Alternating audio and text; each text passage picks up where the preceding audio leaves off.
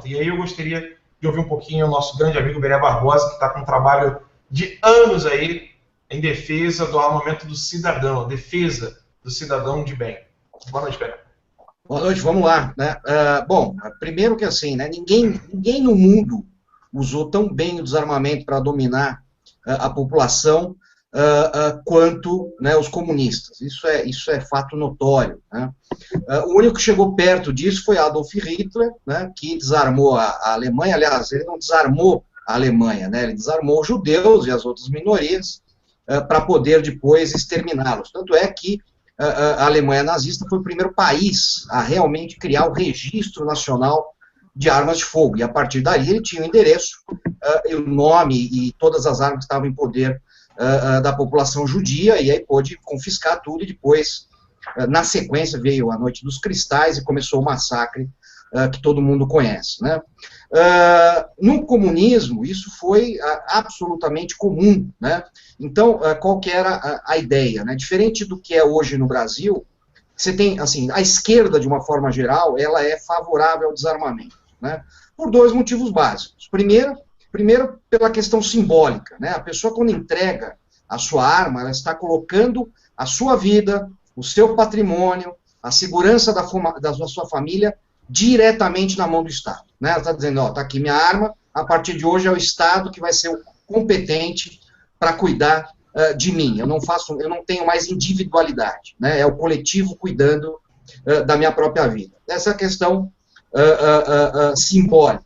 E nós temos a questão prática, que é você, para dominar, para você ter um regime totalitário, é óbvio que você tem que possuir o monopólio da força, senão isso se torna inviável. E aí todas as vertentes da esquerda adotam esse posicionamento desarmamentista, com exceção daquela mais revolucionária, que é aquela que, num primeiro momento, ela é favorável que a população tenha armas de fogo, para utilizar essa população para chegar no poder e, depois disso, desarmar essa população novamente. E nós temos dois exemplos muito clássicos disso. Primeiro, a própria União Soviética, que em 1917, com a ajuda, né, dos camponeses, dos operários, que possuíam armas de fogo, porque era permitido que os mesmos as possuíssem, conseguiram fazer a Revolução Comunista. Em 1920,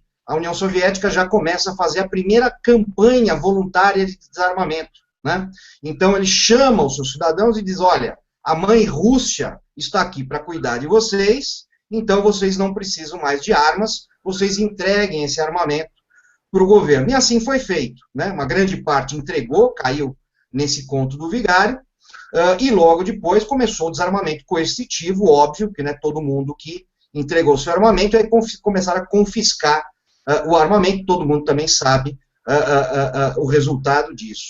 O segundo exemplo, muito mais próximo daqui, né, foi Cuba. Né? Então, quando as tropas de Fidel Castro, né, foram para a derradeira combate com as tropas do Fulgêncio em Havana, né, ele convocou todos os camponeses e pessoas que tivessem uma arma de fogo para lutar ao lado das tropas de Fidel. Só quem tivesse, porque eles não tinham armamento para distribuir, então se você não tinha armas, você não era útil naquele momento para a Revolução. Foram lá os camponeses, tomaram Havana, tomaram o poder. Na sequência, começa mais uma vez uma campanha, primeiramente, né, voluntária, dizendo, olha, agora o povo já está no poder, nós já vamos cuidar de vocês, então não há por que vocês terem armas. Começaram também a recolher esse armamento, e depois proibiram a posse de armas na mão da população. Então isso é muito mais do que óbvio, né,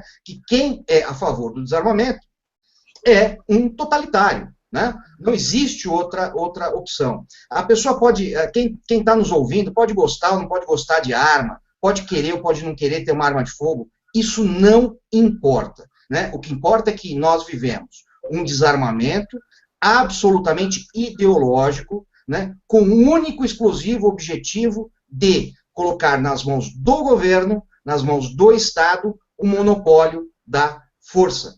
Tanto é que, e aí essa questão de comunismo, de esquerda, de socialismo, O grande problema no Brasil é que muitas pessoas acreditam que nós temos partidos de direita, e pior ainda, né, que o PSDB é um partido de direita, como a gente muitas vezes ouve, o Olavo já cansou de falar sobre essa afirmação completamente absurda e proposital, né, exatamente para enganar.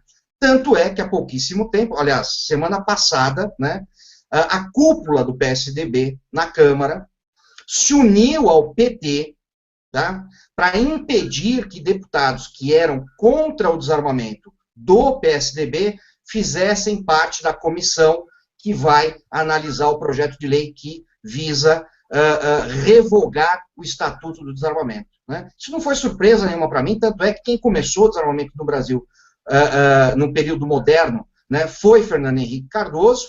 Em 2005, quando houve o referendo, Fernando Henrique Cardoso e Luiz Inácio Lula da Silva saíram literalmente de mãos dadas, né, favoráveis ao desarmamento. Né? E a gente... bom, esse é um assunto extremamente longo, que seria necessário aí praticamente um hangout inteiro sobre ele, mas é muito importante que as pessoas entendam que o desarmamento visa única e exclusivamente garantir ao governo o monopólio da força e subjugar a população. Disso eu não tenho a menor dúvida.